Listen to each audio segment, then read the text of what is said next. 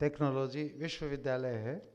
और अभी जैसे शरणजीत सिंह जी बता रहे थे, और ये मतलब मैं ऐसे ही उल्लेख कर रहा हूँ चूँकि प्रसंग आ गया। तो अभी विश्वविद्यालय ने हमारे अध्यक्ष महोदय को, डॉक्टर मुंडरा को, डिलीट की मानद उपाधि उन्होंने प्रदान की विश्वविद्यालय ने।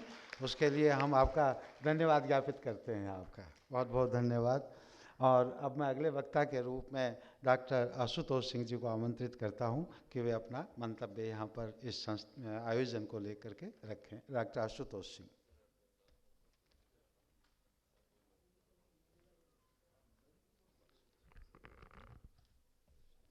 आदरणीय अध्यक्ष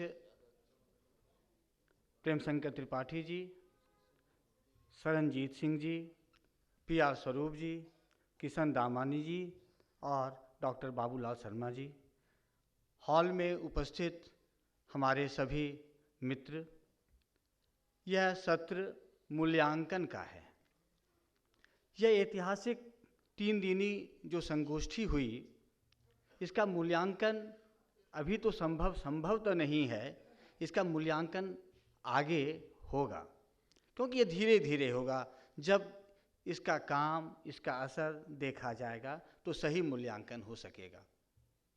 लेकिन कुछ बातों की ओर जो मैंने अनुभव किया, उसे मैं आपसे साझा करना चाहता हूँ। पहली बात तो यह कि मुझे इन दिनों यह महसूस हुआ, आप सभी वक्ताओं ने जो हिंदीतर प्रदेशों से आए हुए हैं, जो विदेशों से आए हुए हैं, इससे यह महसूस हुआ कि हिंदी नवोन्मेष की भाषा है। यानी जब जब नवोन्मेष का समय आया है, तब तब हिंदी मजबूत हुई है, संगठित हुई है और धारदार हुई है। जब मुगल आए तब हिंदी धारदार हुई, जब अंग्रेज आए तब हिंदी धारदार हुई, और जब अब दुनिया वैश्वीकरण के समय है, तो यह हिंदी और भी प्रभावशाली हो रही है। भारत में जब जब गतिशीलता आती है, जब आबादियों का आना जाना शुरू होता है, तब एक संपर्क भाषा अपने आप निर्मित हो जाती है। यहाँ किसी सरकारी उद्योग की आवश्यकता नहीं होती है। पिछले दिनों मैं दक्षिण भारत से आ रहा था, तो केरल के एक मित्र मिल गए, सहयात्री मिल गए। उनकी हिंदी बड़ी अच्छी थी। मैंने पूछा कि आपकी हिंदी इतनी अच्छी क्यों है? तो उन्होंने कहा कि केरल में अभी बिहार और उत्तर प्रदेश से बहुत मज़दूर आए हुए हैं कृषि के कामों में, यहाँ मज़दूर नहीं मिल रहे हैं, इसलिए उन मज़दूरों के साथ रहते रहते मेरी हिंदी अच्छी हो गई है। इसी तरह तमिलनाडु में यह जो 2 किलो 2 रुपये में जो चावल का हो रहा है, इसके कारण बहुत सारे लोगों को काम करने की बहुत ज़रूरत नहीं पड़ रही है। तो बहुत ऐसी स्थिति हो गई है कि किसानी के लिए, खेती के काम के लिए वहाँ जा रहे हैं, बिहार और उत्तर प्रदेश के मज़दूर जा रहे हैं, और उन मज़दूरों ने तमिल लोगों में हिंदी के लिए प्रेम पैदा कर दिया है। यह स्थिति है, पूरे भारतवर्ष की स्थिति है। जहाँ देखिए, जैसे मिलिट्री में देखिए, फौजियों की भाषा सभी प्रांतों के लोग आते हैं, और वहाँ हिंदी थोपने या उसको लागू करने की ज़रूरत नहीं पड़ती है। वहाँ अपने आप हिंदी संपर्क की भाषा बन जाती है। हिंदी आज के अखबारों में ही मैंने पढ़ा कि अब हिंदी को राष्ट्र संघ की भाषा बनाने के लिए हमारी सरकार तत्पर हो रही है, और उसकी इच्छा है कि वह संयुक्त राष्ट्र संघ की भाषा बने, और इसके लिए बहुत जो कीमत देनी होगी, बहुत खर्च करना पड़ेगा, वे इसके लिए तैयार हैं। यह हमारे लिए बहुत गर्व का विषय है। हालांकि इस पर बहुत सारे लोग, बहुत सारे विरोध हो रहे हैं, फिर भी हमें यह लगता है। इनके आज 2-3 दिन के कार्यक्रमों में मुझे लगा कि जैसे हमारे एक चीन में जो अभी गए हुए हमारे विद्वान प्रोफेसर, उनके वक्तव्य से लगा कि जर्मनी में हिंदी पढ़ाने के लिए जो विश्वविद्यालय ज़्यादा संख्या में थे, अब वहाँ कम हो रहे हैं, उसकी संख्या कम हो रही है, और चीन में इसकी संख्या बढ़ रही है। आशय यह है कि जैसे जैसे वैश्वीकरण का माहौल बनता जा रहा है, भारत एक बाजार के रूप में भी उभर रहा है, बाजार एक आर्थिक शक्ति के रूप में भी उभर रहा है, और जब आर्थिक शक्ति होती है तो राजनीतिक शक्ति भी इसे मिलती है। तो विश्व में आने वाले दिनों में इसकी एक राजनीतिक भूमिका भी होगी, एक आर्थिक भूमिका भी होगी, और इस दृष्टि से हिंदी आने वाले दिनों की एक महत्वपूर्ण भाषा होगी। इसलिए इसकी दशा भी मुझे ठीक दिख रही है और इसकी दिशा भी मुझे ठीक दिख रही है। आप सभी विद्वानों ने, हिंदीतर प्रदेशों से आए हुए विद्वानों ने मुझे, कम से कम मेरा तो बहुत ज्ञानवर्धन हुआ है। एक तमिल विद्वान, तमिलनाडु से आए हुए हिंदी विद्वान ज्ञानम जी की बात बहुत बड़ी मुझे अच्छी लगी कि उन्होंने कहा कि जहाँ भी 10%, जिस भी जगह 10% से ज़्यादा लोग होंगे भारत में दूसरी भाषा बोलने वाले, वहाँ अपने आप हिंदी संपर्क की भाषा बन जाती है। और यह जो मूवमेंट हो रही है, जो गतिशीलता आई है भारतीय समाज में, जो गतिशीलता आई है, आर्थिक कारणों के कारण गतिशीलता आई है, इससे तो मुझे लग रहा है कि यह स्थिति बन रही है। 10% से ज़्यादा आबादी अब हर जगह अन्य भाषियों की होगी और यहाँ हिंदी एक संपर्क भाषा के रूप में होगा।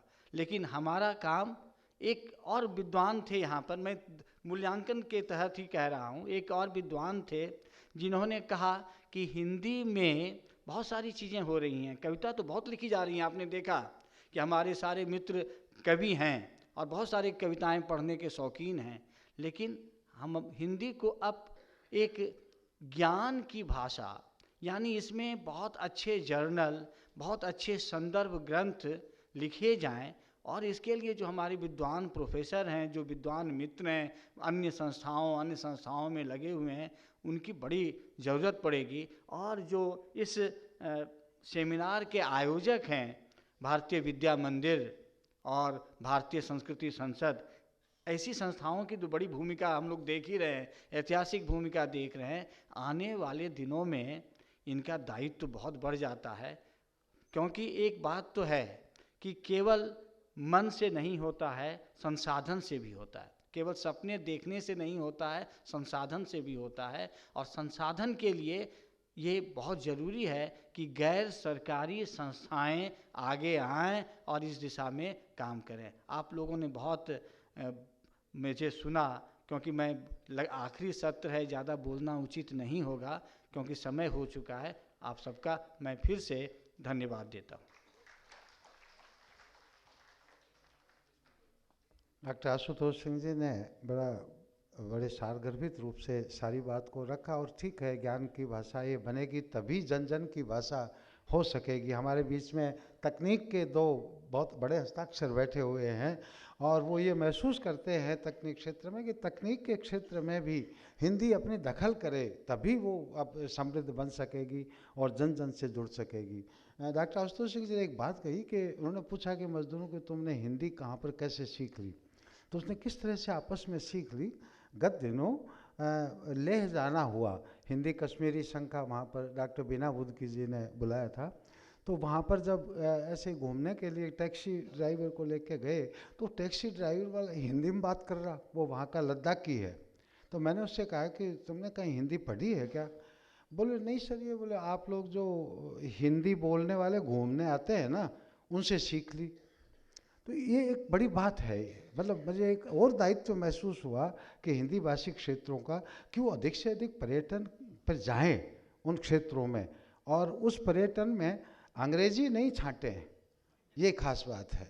आप हिंदी का व्यवहार करें, निश्चित रूप से आपको थोड़ी तकलीफ होगी, समझ में आ जाएगा उसके, लेकिन अब हमारी तो मुश्किल ये है कि बाहर जाते ही हम अंग्रेज बन जाते हैं, ये एक बड़ी समस्या आ जाती है। खैर कोई बात नहीं, मैं आमंत्रित करता हूँ डॉक्टर प्रभु शंकर त्रिपाठी को कि वे अपना संबोधन दें। डॉक्टर प्रभु शंकर त्रिपाठी।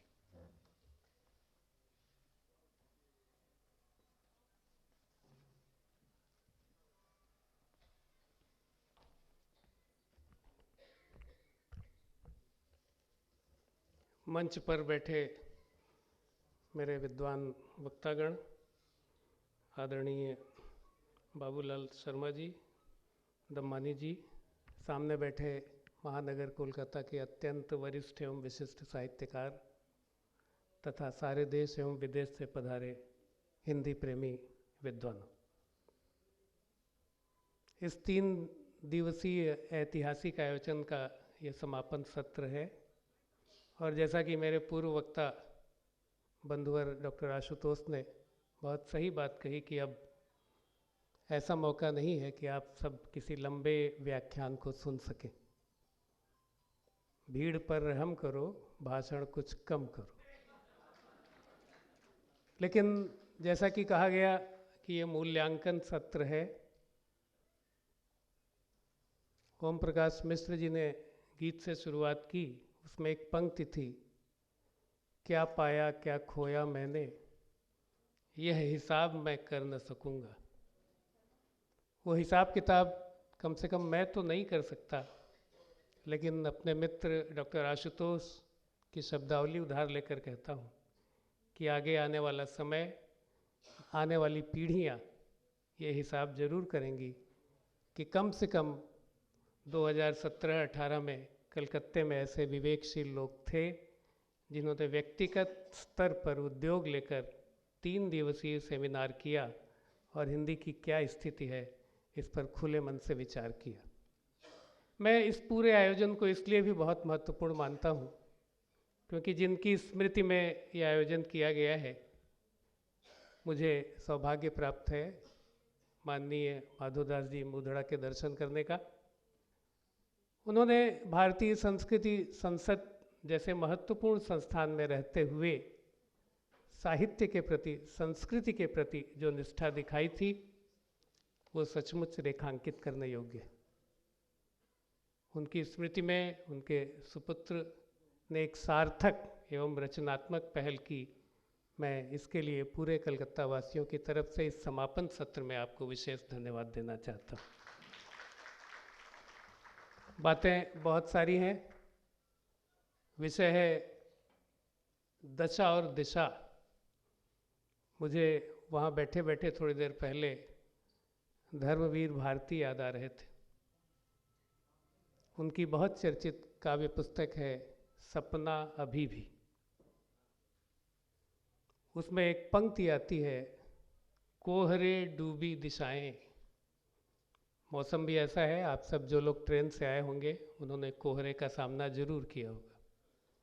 धर्मवीर भारती लिखते हैं सपना अभी भी कविता में कि इसलिए, आप हिंदी के संदर्भ में सोचिए, इसलिए तलवार टूटी अश्व घायल, कोहरे डूबी दिशाएं, कौन दुश्मन कौन अपने लोग, सब कुछ धुंध धूमिल, किंतु कायम युद्ध का संकल्प है अपना अभी भी, क्योंकि है सपना अभी भी। उस संकल्प को रूपायित करने के लिए राष्ट्रीय स्तर पर, सरकारी स्तर पर कितना काम हो रहा है, क्या हो रहा है, इसको लेकर विलाप करने का मौका नहीं है।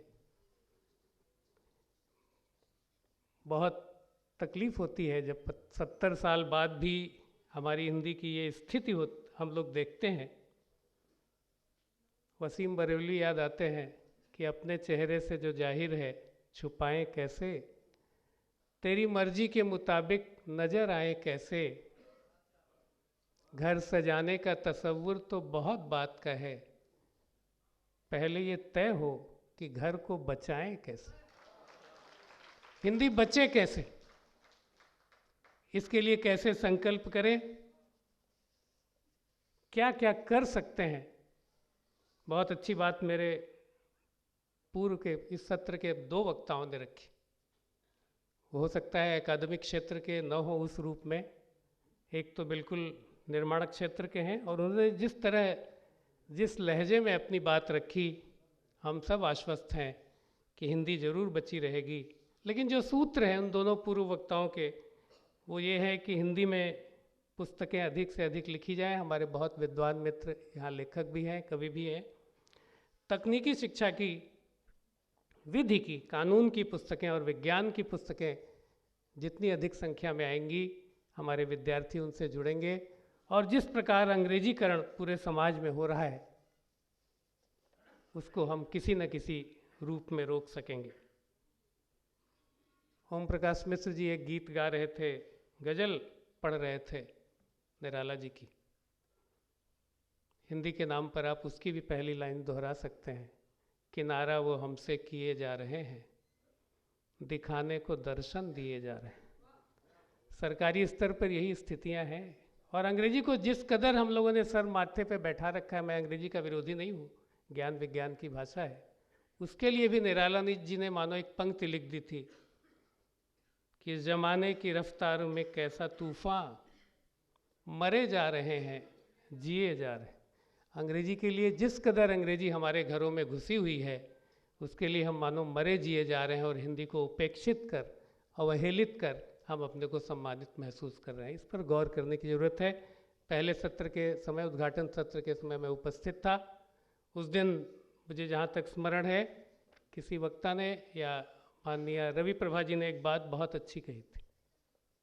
हम लोग अपने अपने घरों में जब आज लौटें, अपने अपने प्रदेशों में जाएं, तो उस परामर्श को भी ध्यान रखें कि जो ठेठ हिंदी भाषी राज्य हैं, वो कम से कम किसी एक हिंदी भाषी राज्य की भाषा को अपने यहाँ निश्चित रूप से पढ़ाएं।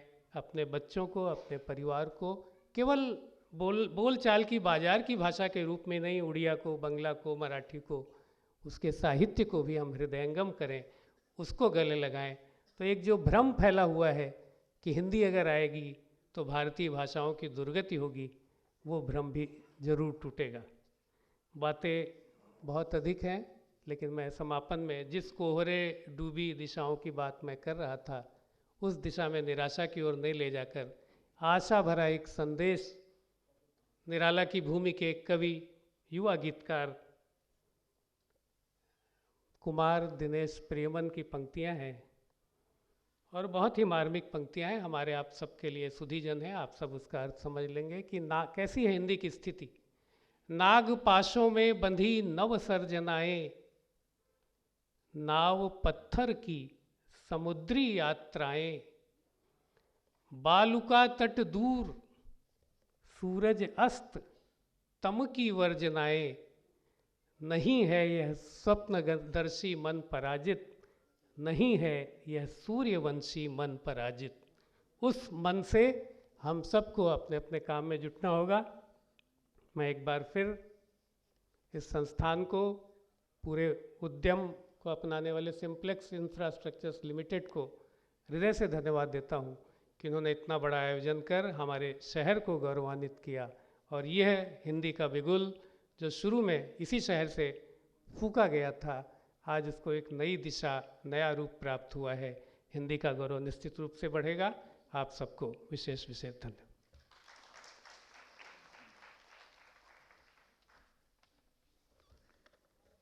धन्यवाद डॉक्टर त्रिपाठी जी।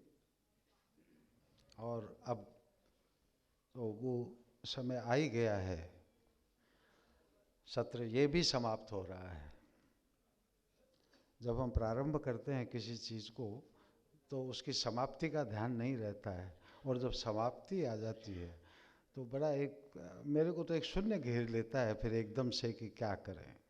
खैर, ये त्रिदिवसीय जो सम्मेलन हुआ, तो सर्वप्रथम तो हमारे आमंत्रण पर, संस्था के आमंत्रण पर, आप विभिन्न प्रांतों से, देशों से, बहुत दूर दराज से, तन मन धन से आप यहाँ उपस्थित हुए, उस आमंत्रण को स्वीकार किया। मैं कृतज्ञ हूँ आप सब लोग। और आपने जिस प्रकार से इन 3 दिनों में अपने विचार व्यक्त किए, जिस गंभीरता से आपने बातों को रखा, निश्चित रूप से हम जो है परस्पर ये जान सके कि हम क्या कर रहे हैं और हमें क्या करना चाहिए। ये इसके लिए मैं आप सबका बहुत बहुत आभार व्यक्त करता हूँ, सभी जो सहभागी प्रतिभागी हैं, और इसके अलावा हमारे आमंत्रण पर विभिन्न सत्रों में जिन्होंने हमको आतिथ्य करने का अवसर दिया, उन अतिथिगण के प्रति, इस सत्र में हमारे जो अतिथि यहाँ बैठे हुए हैं उनके प्रति, आप सबके प्रति मैं बहुत आभार व्यक्त करता हूँ। और इसके अलावा कुछ ये भी मैं यहाँ पर उल्लेख करूँगा कि इस कार्यक्रम को आयोजित करने में हमको प्रोफेसर होता doctor Satya Upadhyay, doctor Geeta Dubey, doctor Itu Singh, professor Rajshree Shukla, Shri Madhurta Gupta और हमारे आशुतोष सिंह जी, रेशमी पांडा, रेखा सिंह, मतलब इन सब लोगों ने किसी न किसी रूप में हमको बराबर सहयोग किया और हमें सहयोग दिया। और आप ये देखिए कि जब भी उनको बुलाया गया तो वो आए। और इसमें एक ख़ास बात और रही कि ये तो हमारे स्थानीय मित्र यहाँ पर थे, लेकिन इसके अलावा हमारे कलकत्ते से बाहर के जैसे डॉक्टर जितेंद्र सिंह, डॉक्टर संतोष श्रेयांश, डॉक्टर मुकेश मिश्र और इसके अलावा अन्य मित्रों ने हमको इस आयोजन को ज़्यादा से ज़्यादा सफल बनाने की दृष्टि से हमको सहयोग किया, तो मैं उनके प्रति धन्यवाद ज्ञापित करता हूँ। और इसमें भारतीय विद्या मंदिर और भारतीय संस्कृति संसद, इसके और सिम्प्लेक्स इंफ्रास्ट्रक्चर्स लिमिटेड के हमारे जो स्टाफ हैं, उन्होंने जिस तरह से रात दिन एक करके और उनको जैसा कहा गया उस प्रकार से उन कार्यों को उन्होंने संपन्न किया बहुत ही निष्ठा से। मैं उनके प्रति भी अपनी शुभकामनाएं देता हूं। यहाँ पर जैसे मैं उल्लेख करूं कि बहुत शुरू से हमारे साथ में जैसे जुड़े रहे श्री शंकरलाल सोमानी, श्री अमन गोपाल सुरेका और हमारे दम्मानी जी यहाँ बैठे हुए हैं, इनको जो काम दे दिया गया तुरंत लग गए उसके अंदर। राजगोपाल जी सुरेका, विजय झुंझुनूवाला, गोपाल दास जी चांडक, मोहनलाल जी डागा, सब लोगों ने, देखिए कोई इतना बड़ा आयोजन होता है तो उसमें सब लोग निष्ठा से करें तभी वो सफल हो सकता है, और ये बराबर लगे रहे। मेरे स्टाफ में शुरू से जुड़े हुए जो लोग हैं, संजय सिंह, लक्ष्मी कुमार जायसवाल, ये सब बराबर एकदम से लगे रहे। शंकरलाल जी सोमानी बड़े सक्रिय रहे। इन सब के बीच में मैंने चेष्टा की है कि मैं नामों का उल्लेख करूं, लेकिन इन हो सकता है कि इसमें सब नाम नहीं आए, लेकिन एक नाम छूट गया अभी, डॉक्टर सूफिया यास्मीन। और पिछले 6 महीने से जिस प्रकार से वो मेहनत कर रही है, उसके लिए तो मैं यूँ ही कहूँगा कि एक अच्छे शब्द का प्रयोग किया हमारे प्रोफेसर गोस्वामी ने। गोस्वामी जी हैं यहाँ, गोस्वामी जी यहाँ बैठे। मैंने सुन लिया यूँ चलते ही, ये बोले कैसे रात दिन फिरकी की तरह से घूम रही है। मैं कहता हूँ इससे ज़्यादा और क्या कहेंगे। इस प्रकार से, यही नहीं, हमारे दम्मानी जी बोले यार मान गए, इस लड़के क्या हद है, बोले इस लड़की ने जिस प्रकार से कर रही है। तो सूफिया के प्रति मैं मेरा स्नेह आशीर्वाद ही प्रकट कर सकता हूँ। और सब ने जिस प्रकार से भी, हमारी कुछ त्रुटियां ज़रूर रही होंगी और कोई भी कार्य होता है आदमी से त्रुटि होती है, तो मैं आप सबसे क्षमा चाहूँगा इसके लिए, सबकी ओर से, मेरे किन्हीं साथियों से या किसी से बोलने में करने में कोई भूल हो गई हो। हमारी चेष्टा रही कि सब तरह से हम संतुष्ट रखें आपको, फिर भी हो सकता है और होता ही है, उसके लिए मैं आपसे क्षमा चाहता हूँ। और अब जो इस सत्र के हमारे अतिथि यहाँ विराजमान हैं, इसके लिए सम्मान करने के लिए मैं आमंत्रित करता हूँ भारतीय संस्कृति संसद के पूर्व अध्यक्ष श्री अशोक माहेश्वरी को और हमारे अर्थ सचिव श्री अजय अग्रवाल को कि वो मंच पर आएँ और हमारे अतिथियों का सम्मान करें। और सर्वप्रथम हमारे इस सत्र के अध्यक्ष doctor Prem Shankar ji Tripathi.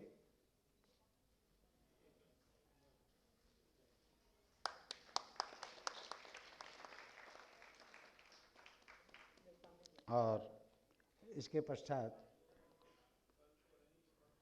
Doctor PR स्वरूप साहब आगे।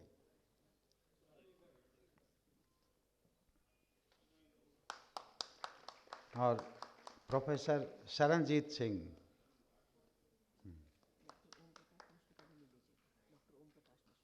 हाँ, वो कहाँ है? हाँ, आइए। डॉक्टर आशुतोष सिंह। हाँ, थोड़ा सा ठीक है, आ जाइए।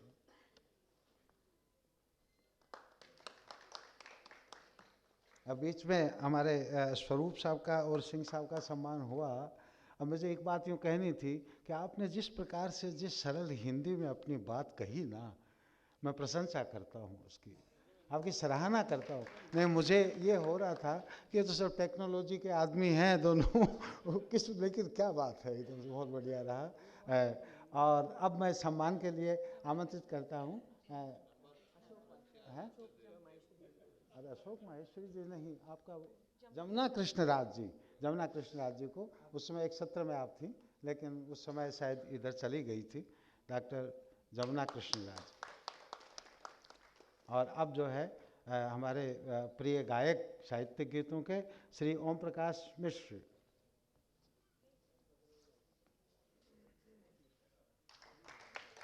और अब मैं नहीं कहूँगा, आप बोल दीजिए क्या करना है।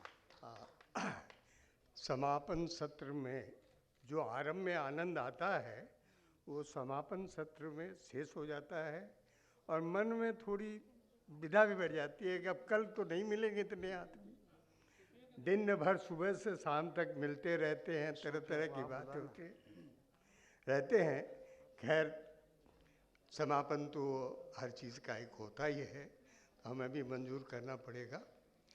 अब मैं इस आयोजन में सबों ने, जिनका नाम इन्होंने लिया, बाबूलाल जी ने, सबों ने दिया है, औरों ने भी दिया है, सबका नाम लेना संभव नहीं है, पर एक नाम जो रह जाता है उसको मुझे सामने लाना है।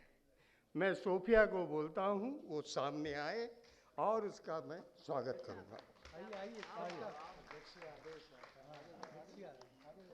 जोरदार तालियां बजाकर आप उनका उत्साहवर्धन करें, ये हमारा अनुरोध है।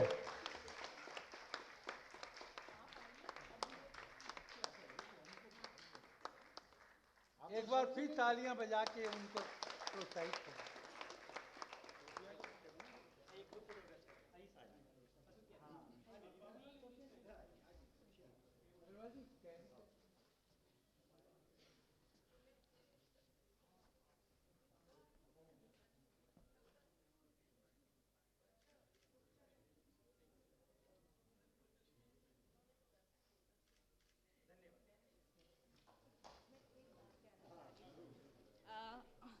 मेरा ये सम्मान, मेरे सम्मान के लिए बहुत बहुत धन्यवाद दरमानी सर को, बहुत बहुत शुक्रिया।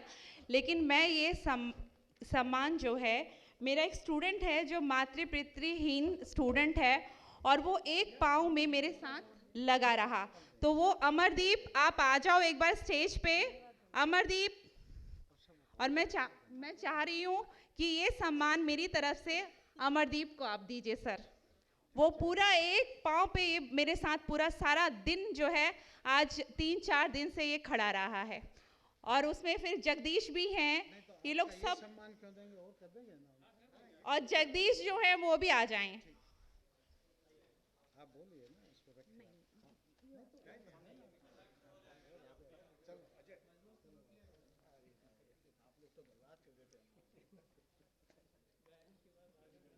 जगदीश पौंडीचेरी से आते ही इन्होंने एकदम ये अमरदीप यहीं के हैं, नईहाटी के, और ये पूरा ये बच्चा एकदम ये 3 दिन से जो है वो लगा रहा एकदम मेरे साथ।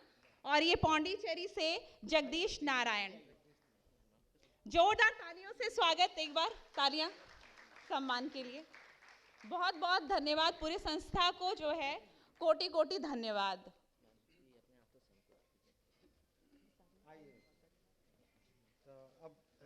अब भोजन पर चलेंगे बाहर। अरे वाह वाह, बहुत बहुत धन्यवाद। चलिए मैं आपकी तरफ से बोल देता हूँ आप सबकी सबके तरफ से ठीक है। बाबूलाल जी शर्मा को धन्यवाद। अच्छा, कवि सम्मेलन के लिए एक नाम है नवधा गुप्ता, एकदम हमारी बालिका जो है चंडीगढ़ से आई हुई हैं और वो आपके सामने अपनी कविता प्रस्तुत करेंगी। नवधा गुप्ता, आप आ जाओ स्टेज पे। यहाँ बैठे सारे श्रोताओं का मेरा नमस्कार। मैं 8वीं कक्षा में पढ़ती हूँ और आज मैं आप सबके सामने एक छोटी सी कविता प्रस्तुत करने जा रही हूँ जो दोस्ती पर आधारित है। सबको एहसास कराना है, दोस्ती को निभाना है, दोस्ती का कहना है, दोस्तों के संग रहना है, दोस्तों के बिना हम अधूरे, ये बनाते हैं एक दूसरे को पूरे। दोस्तों के बिना क्या मज़ा है, वो तो अकेलेपन की सज़ा है। दोस्त सभी को भाते हैं, एक दूसरे के काम आते हैं, इनके रहते कोई डर नहीं, बेशक ये हमारा घर नहीं।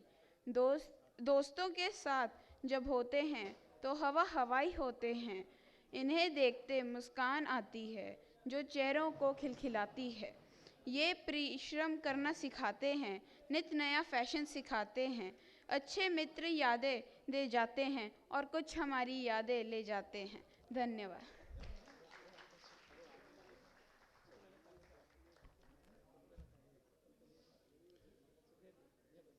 सभी जानते हैं, भोले बाबा शंकर का नाम सब जानते हैं, और शंकर के साथ अगर उमा भी मिल जाए तो उनको मनमौजी होने से कोई रोक नहीं सकता। और मेरे पास उमा शंकर खुद मनमौजी होकर यहाँ आ रहे हैं, उस पर अगर पुलिस विभाग में हो तो क्या कहना है। उमा शंकर मनमौजी जी मध्य प्रदेश से आपके सामने आ रहे हैं।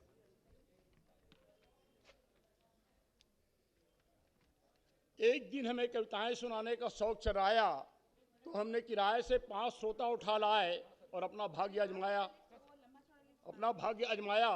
कविता शुरू की, 2 तो बोर होकर घर की ओर दौड़ गए और जाते जाते किराए के पैसे भी वापस छोड़ गए। और शेष तीन को हम कविताएं सुनाने में खो रहे थे। नजर उठाकर देखा तो 2 श्रोता बोर होकर सो रहे थे।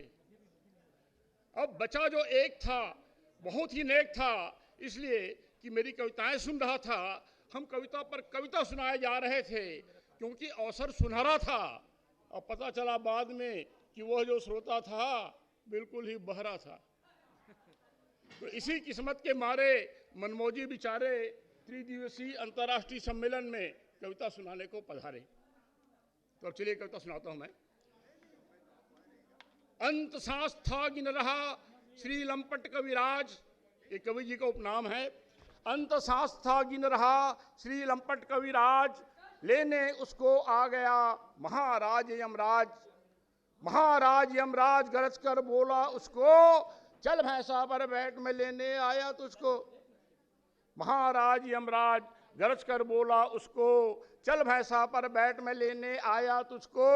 और मनमौजी कविराय की देता तुझको भिक्षा, बोलो बेटे क्या है तेरी अंतिम इच्छा। तो हाथ जोड़ कवि ने कहा हे मिस्टर यमराज, हाथ जोड़ कवि ने कहा हे मिस्टर यमराज, मरने से पहले प्रभु कविता सुन लो आज। कविता सुन लो आज, उठा पोथा ले आया और कविताओं की झड़ी लगा दी, गीत सुनाया। तो कह मनमौजी भाग्य तभी उस कवि का जागा, हुआ बोर यमराज वहां से फौरन भागा। तो लौटे जब यमराज जी स्वर्ग लोक बैरंग, लौटे जब यमराज जी स्वर्ग लोक बैरंग, क्या देवी क्या देवता सभी रह गए दंग, सभी रह गए दंग, मामला दबा न पाया। नारद जी ने ब्रह्मा जी को तुरंत बताया, नारायण नारायण करके चुगल लगा दी। नारद जी ने ब्रह्मा जी को तुरंत बताया। तो कह मनमौजी प्रभु क्रुद्ध एंड बैंड हो गए और महाराज यमराज वहीं सस्पेंड हो गए। तो रौब गया यमराज का फील हुई इंसल्ट, रौब गया यमराज का फील हुई इंसल्ट। पृथ्वी में आकर किया उस कवि से कंसल्ट, उस कवि से कंसल्ट, कहा मैं लेने आया स्वर्गलोक में कवि सम्मेलन तुम्हें बुलाया।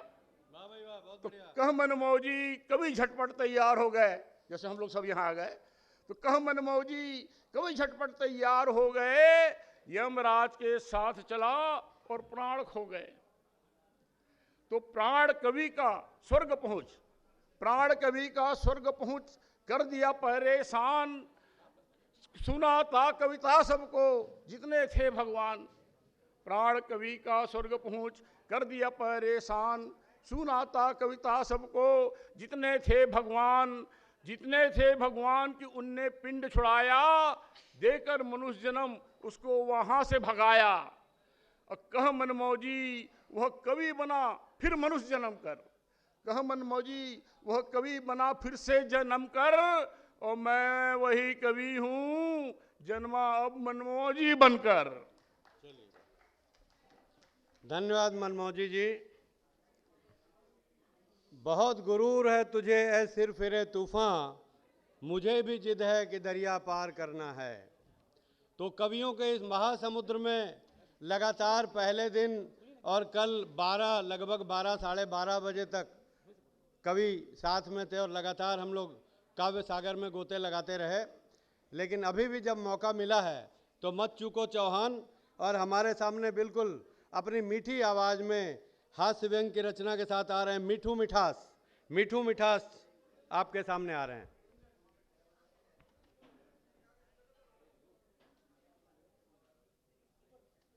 कहाँ है?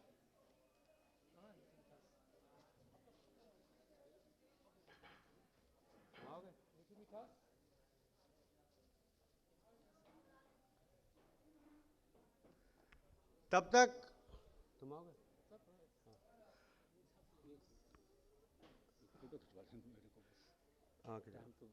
तब तक मेरे पास सरवर दिलकश साहब हैं, वो 3-4 मिनटों के लिए आ रहे हैं। सरवर दिलकश साहब जो अपने नगर के हैं, सरवर दिलकश।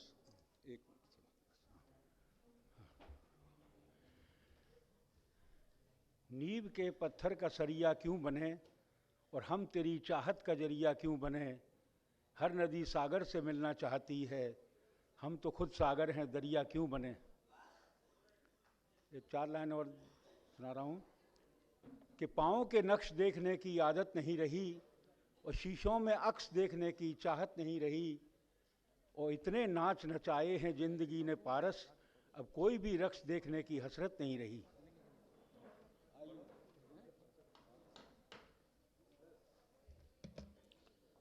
नमस्कार।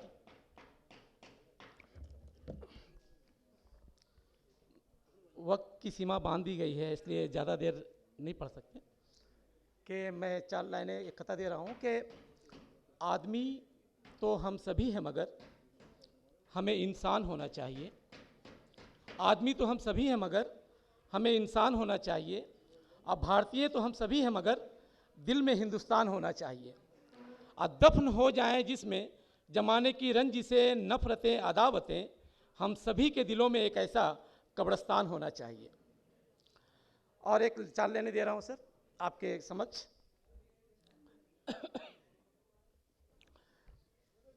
बोलो।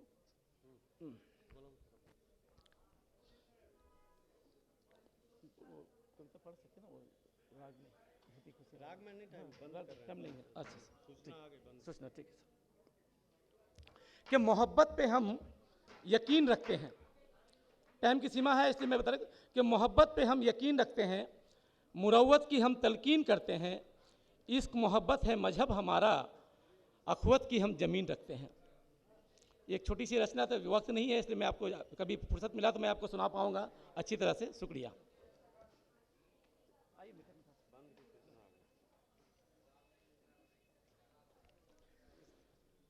मित्रों, ये हॉल के व्यवस्थापकों की तरफ से सूचना आ गई है कार्यक्रम के समापन के बारे में सूचना आ गई है, इसलिए इस कार्यक्रम को और आगे नहीं बढ़ा सकते। आखिरी शेर के साथ आज का कार्यक्रम समापन करते हैं कि सितारों को आंखों में महफूज रख लो, सितारों को आंखों में महफूज रख लो, बड़ी दूर तक रात ही रात होगी, मुसाफिर हैं हम भी मुसाफिर हो तुम भी, किसी मोड़ पर फिर मुलाकात होगी, किसी मोड़ पर फिर मुलाकात होगी। धन्यवाद। आप आइए, आप आएंगे? आइए आइए आइए आइए। ए सर कुछ दीजिए, एक फ़ोटो ले रहे हैं। फोटो ले लो।